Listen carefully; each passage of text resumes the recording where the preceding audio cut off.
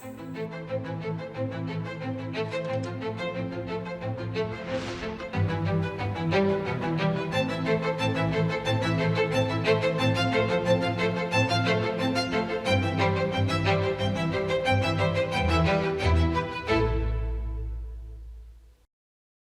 प्रिय देशबांधवांनो, नमस्कार. मन की बात मध्ये आपल्या सर्वांचे पुन्हा एकदा स्वागत आहे. मन की बात देश आणि देशबांधवांच्या कामगिरीला समोर आणण्याचा एक उत्तम मंच आहे. देशाने अशा प्रकारची एक कामगिरी नुकत्याच दिल्लीत झालेल्या ग्लोबल एआय इम्पॅक्ट समिटमध्ये पाहिली. अनेक देशांचे नेते, उद्योग जगतातील नेते, नवोन्मेषक आणि स्टार्टअप क्षेत्राशी संबंधित लोक एआय इम्पॅक्ट समिटसाठी भारत मंडपमध्ये एकत्र आले होते. येत्या काळात एआयच्या शक्तीचा उपयोग जगात कशा प्रकारे केला जाईल, या दिशेने ही समिट अत्यंत महत्त्वाची ठरली आहे. मित्रांनो, या समिटमध्ये मला जागतिक नेते आणि टेक सीईओंना भेटण्याचीही संधी मिळाली. एआय समिटच्या प्रदर्शनांमध्ये मी जागतिक नेत्यांना अनेक गोष्टी दाखवल्या. मला 2 गोष्टींचा विशेषतः उल्लेख करायचा आहे. या समिटमध्ये या 2 गोष्टींनी जगभरातील नेत्यांना खूप प्रभावित केलं. पहिली गोष्ट अमूलच्या दालनात होती. त्यात सांगितलं होतं की एआय जनावरांवर उपचार करण्यासाठी आपल्याला कशी मदत करत आहे आणि एआय असिस्टंटच्या मदतीनं शेतकरी आपल्या दुग्धशाळा आणि जनावरांचा 24 तास कशा प्रकारे हिशोब ठेवतात. मित्रांनो, दुसरं उत्पादन आपल्या संस्कृतीशी संबंधित होतं. जगभरातील नेते हे पाहून आश्चर्यचकित झाले की एआय च्या मदतीनं आपण आपले प्राचीन ग्रंथ, आपलं प्राचीन ज्ञान, आपली हस्तलिखितं कशा प्रकारे जतन करत आहोत. आजच्या पिढीनुसार या सर्व गोष्टींना घडवत आहोत. मित्रांनो, प्रदर्शनादरम्यान दाखवण्यासाठी सुश्रुत संहितेची निवड करण्यात आली. पहिल्या टप्प्यात दाखवलं गेलं की तंत्रज्ञानाच्या मदतीनं आपण हस्तलिखितांच्या इमेजची गुणवत्ता सुधारून त्यांना कशा प्रकारे वाचण्यायोग्य बनवत आहोत. दुसऱ्या टप्प्यात या इमेजचं मशीनला वाचता येईल अशा टेक्स्टमध्ये रूपांतर करण्यात आलं. पुढच्या टप्प्यात मशीन रीडेबल टेक्स्ट एका एआय अवतारानं वाचून दाखवले आणि मग पुढच्या टप्प्यात आपण हेही दाखवलं की तंत्रज्ञानाच्या सहाय्याने असे मौल्यवान भारतीय ज्ञान, भारतीय भाषा आणि परदेशी भाषांमध्ये भाषांतरित करता येतं. भारताचं प्राचीन ज्ञान आधुनिक अवताराच्या माध्यमातून जाणून घेण्यामध्ये जागतिक नेत्यांनी सुद्धा खूप उत्सुकता दाखवली.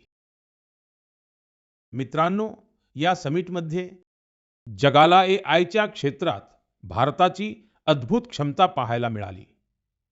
यावेळेस भारतानं भारतातच तयार केलेली 3 एआय मॉडेलही लॉन्च केले आहेत. ही आतापर्यंतची सर्वात मोठी एआय समिट ठरली आहे. या समिटबद्दल तरुणांचा जोश आणि उत्साह पाहण्यासारखा होता. मी सगळ्या देशबांधवांचे या समिटच्या यशाबद्दल अभिनंदन करतो. मित्रांनो, जसं मी नेहमी म्हणतो, जो खेळतो तो बहरतो. खेळ आपल्याला एकत्र आणतो. सध्या तुम्ही T20 वर्ल्ड कपचे सामने बघत असाल आणि मला पूर्ण विश्वास आहे की हे सामने बघत असताना अनेकदा तुमचे डोळे एखाद्या खास खेळाडूवर खिळून राहत असतील. जर्सी जरी दुसऱ्या देशाची असली तरीही नाव ऐकून असं वाटतं की अरे, हा तर आपल्या देशाचा आहे. तेव्हा मनात कुठेतरी एक वेगळाच आनंद निर्माण होतो, कारण तो खेळाडू भारतीय वंशाचा असतो आणि त्याचं कुटुंब स्थायिक झालं आहे अशा देशासाठी तो खेळत असतो. ते आपापल्या देशांची जर्सी घालून पूर्ण मनापासून मैदानात खेळण्यासाठी उतरतात. त्या देशाचं प्रतिनिधित्व करतात. कॅनडाच्या संघात सर्वात जास्त भारतीय वंशाचे खेळाडू आहेत. संघाचा कर्णधार दिलप्रीत बाजवा याचा जन्म पंजाबच्या गुरुदासपूरमध्ये झाला होता. नवनीत धारीवाल हा चंदीगडचा आहे. या यादीमध्ये कॅनडा बरोबरच. भारताचाही गौरव वाढवणारी हर्ष ठाकूर, श्रेयस मोवा यांसारखी अनेक नावं आहेत. अमेरिकेच्या संघातही अनेक चेहरे भारताच्या देशांतर्गत क्रिकेटमधून पुढे आलेले आहेत. अमेरिकन संघाचा कर्णधार मोनांग पटेल गुजरातच्या 16 वर्षांखालील आणि 18 वर्षांखालील संघाकडूनही खेळला आहे. मुंबईचा सौरभ आणि हरमीत सिंग तसेच दिल्लीचा मिलिंद कुमार हे सर्व अमेरिकन संघाची शान आहेत. ओमानच्या संघातही आज असे अनेक चेहरे आहेत जे पूर्वी भारताच्या वेगवेगळ्या राज्यांकडून खेळले आहेत. जतिंदर सिंग, विनायक शुक्ला, करण, जय आणि आशिष यांसारखे अनेक खेळाडू ओमान क्रिकेटमधील महत्त्वाचे खेळाडू आहेत. न्यूझीलंड, UAE आणि इटलीच्या संघांमध्येही भारतीय वंशाचे खेळाडू आपलं स्थान निर्माण करत आहेत. आपल्या देशाचा गौरव वाढवणारे असे कितीतरी भारतीय वंशाचे खेळाडू आहेत जे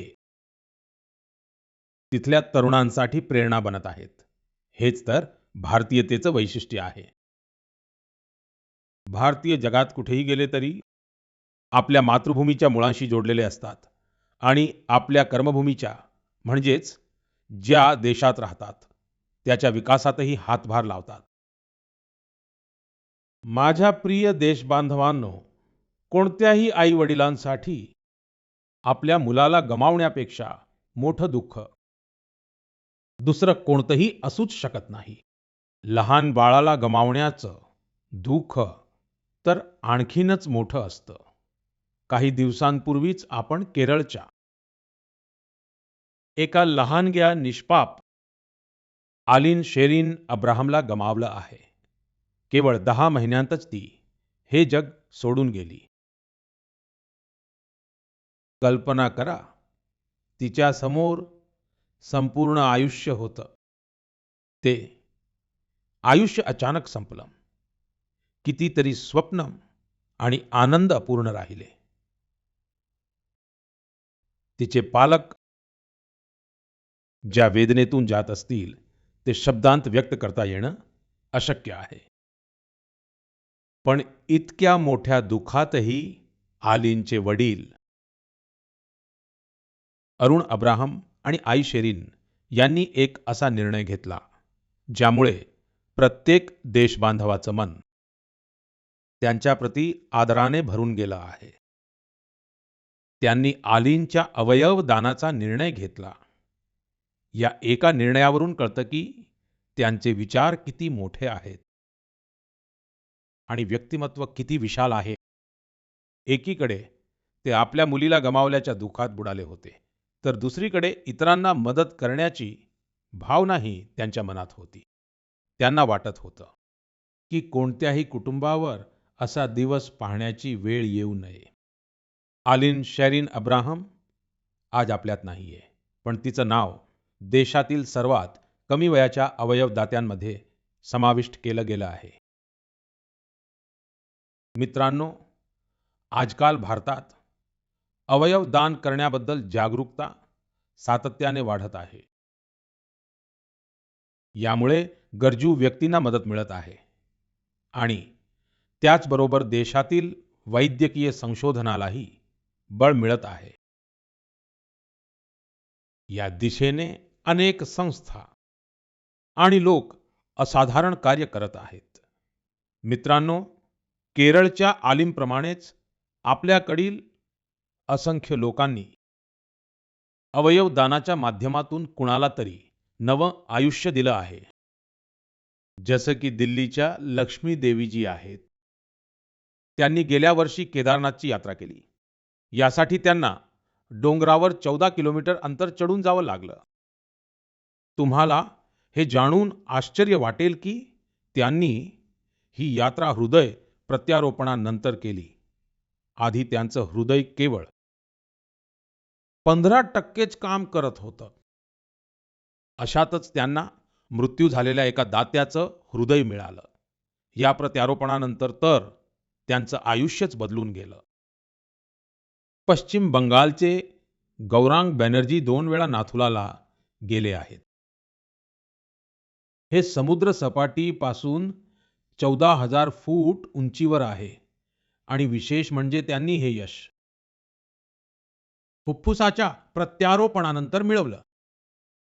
राजस्थानमध्ये सीकरचे रामदेव सिंहजी यांना किडनी प्रत्यारोपण करावं लागलं होतं. आज ते स्पोर्टिंग ॲक्टिव्हिटीमध्ये कमाल करत आहेत. मित्रांनो, तुम्हाला अशी अनेक प्रेरक उदाहरणं पाहायला मिळतील. यावरून हे पुन्हा एकदा सिद्ध होतं की एखाद्या व्यक्तीने दाखवलेल्या एका चांगल्या पुढाकारामुळे कितीतरी लोकांचं आयुष्य बदलू शकतं. ज्या व्यक्तींनी अशी सत्कर्म केली आहेत, त्या सर्वांचं मी मनापासून कौतुक करतो. माझ्या प्रिय देशबांधवांनो, स्वातंत्र्याच्या अमृत महोत्सवादरम्यान मी लाल किल्ल्यावरून पंचप्राणांबद्दल बोललो होतो. त्यापैकी एक आहे गुलामगिरीच्या मानसिकतेतून मुक्ती. आज देश गुलामगिरीच्या खुणांना मागे टाकत भारताच्या संस्कृतीशी संबंधित गोष्टींना महत्त्व देऊ लागला आहे. या दिशेने आपल्या राष्ट्रपती भवनानेही एक महत्त्वाचं पाऊल उचललं आहे.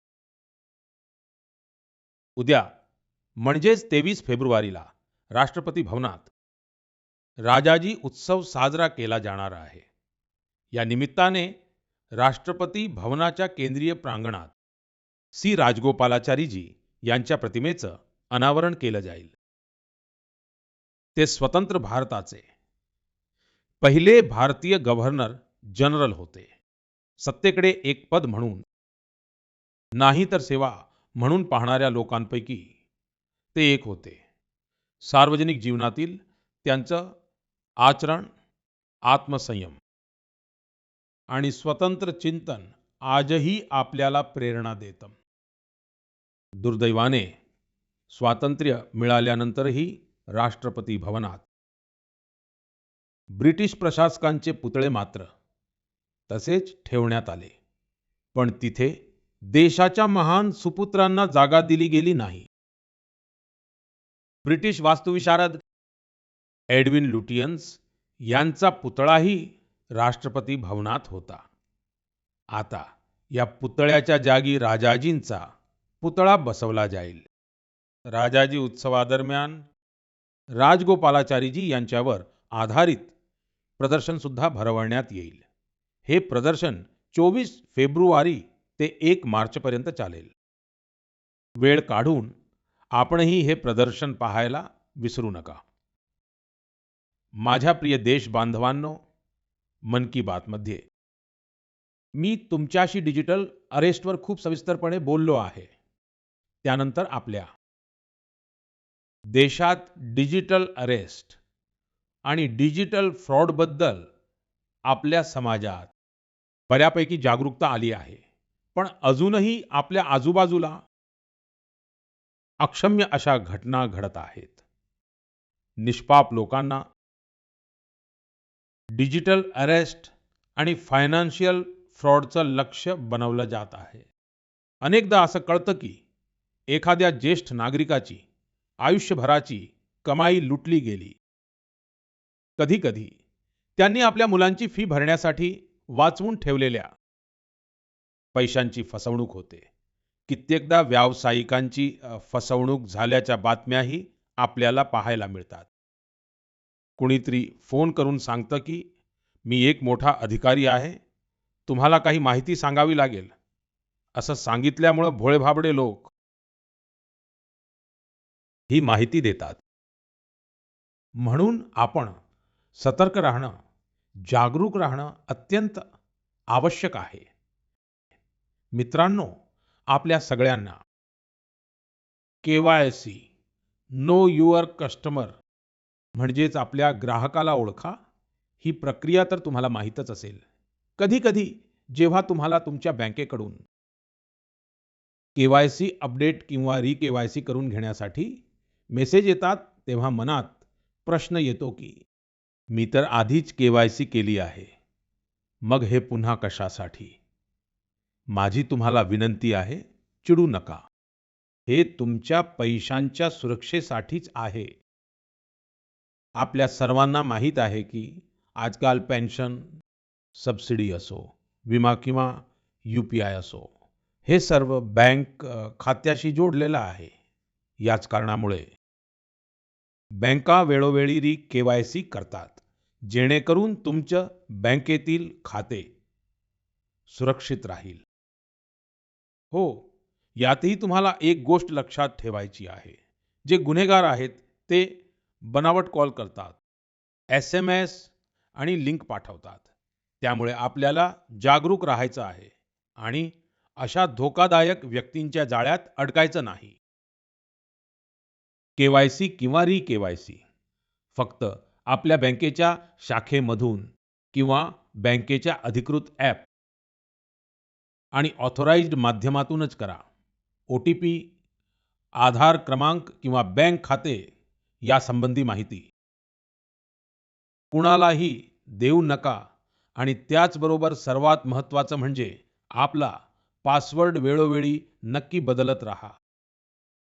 जसं प्रत्येक ऋतूनुसार खाण्यापिण्याच्या सवयी बदलतात, पोशाखही बदलतो, तसंच काही दिवसांनी तुम्हाला तुमचा पासवर्डही बदलायचा आहे, असा एक नियम बनवा. मित्रांनो, नुकतंच भारतीय रिझर्व्ह बँकेने याच विषयासंबंधी वित्तीय साक्षरता सप्ताहाचं आयोजन केलं होतं. वित्तीय साक्षरतेची ही मोहीम आता वर्षभर सुरू राहील. त्यामुळे भारतीय रिझर्व्ह बँकेच्या मेसेजकडे लक्ष द्या आणि आपली KYC अपडेटेड ठेवा. लक्षात ठेवा, योग्य KYC वेळेवर री-KYC करत राहा. खाते सुरक्षित ठेवा आणि सशक्त नागरिक व्हा. कारण असे सशक्त नागरिक असतील तरच भारत मजबूत आणि आत्मनिर्भर बनतो. माझ्या प्रिय देशबांधवांनो, आपले शेतकरी केवळ अन्नदाते नाहीत, ते धरतीचे खरे साधक आहेत. मातीचे सोने करणं म्हणजे काय, हे आपल्या शेतकऱ्यांकडून शिकण्यासारखं आहे. आणि आपला आजचा शेतकरी तर परंपरा आणि तंत्रज्ञान या दोन्हीचा वापर करत पुढे चालला आहे. आणि मला हे पाहून आनंद होतो की आपले शेतकरी आता केवळ उत्पादन नाही, तर गुणवत्ता, मूल्यवर्धन आणि नव्या बाजारपेठांवरही लक्ष देत आहेत. ओडिशामध्ये हिरोद पटेल नावाच्या एका तरुण शेतकऱ्याशी संबंधित माहिती खरोखरच खूप प्रेरक आहे. सुमारे 8 वर्षांपूर्वीपर्यंत ते आपले वडील शिवशंकर पटेल यांच्यासोबत पारंपरिक पद्धतीने भातशेती करत होते. पण त्यांनी शेतीकडे नव्या दृष्टिकोनातून पाहायला सुरुवात केली.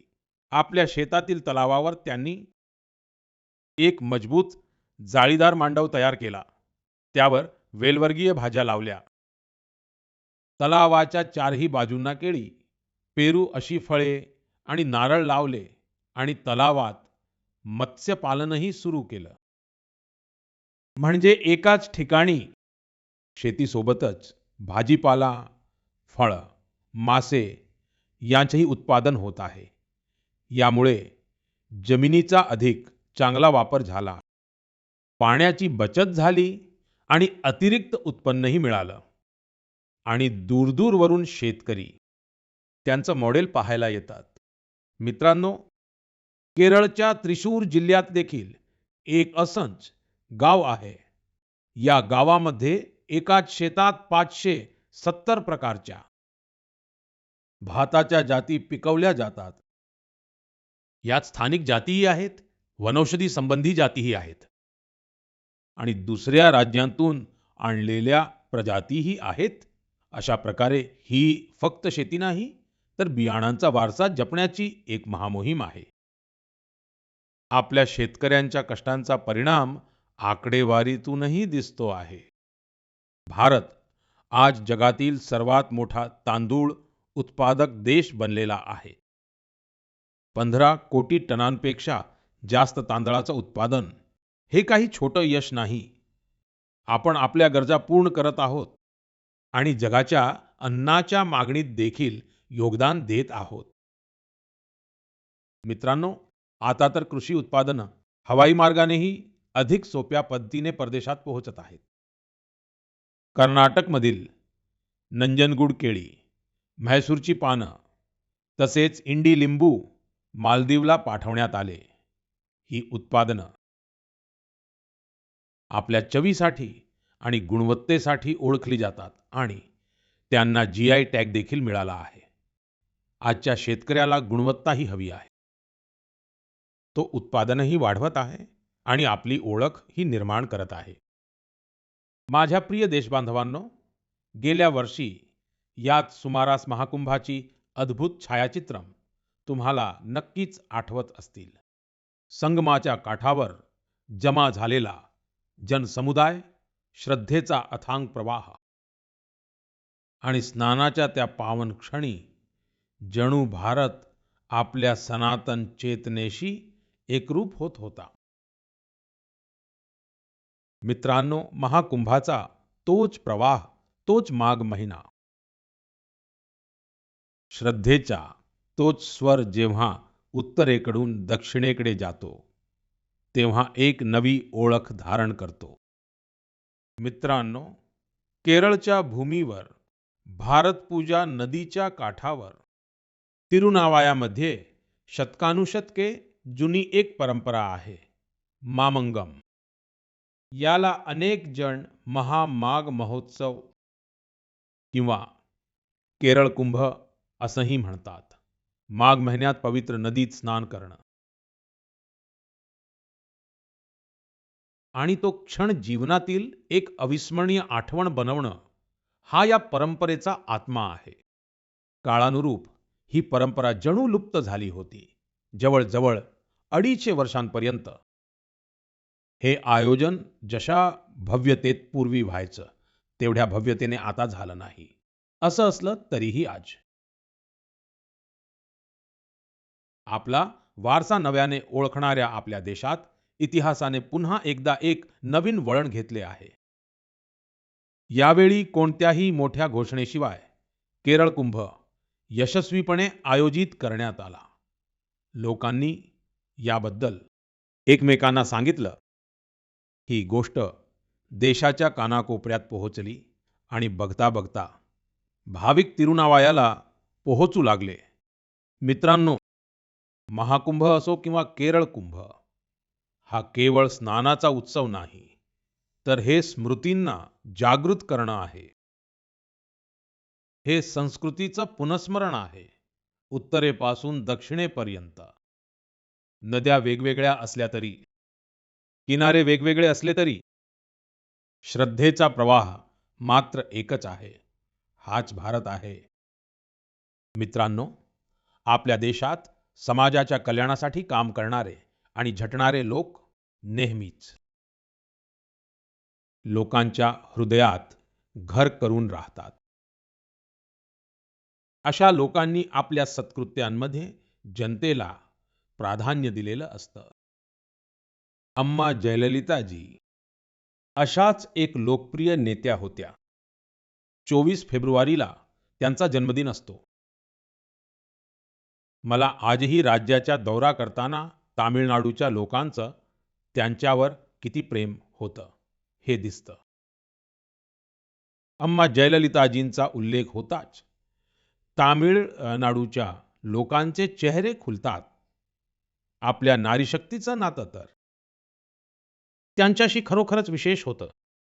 याचं कारण म्हणजे सरकारमध्ये कार्यरत असताना त्यांनी माता, भगिनी आणि मुलींसाठी अनेक कौतुकास्पद प्रयत्न केले.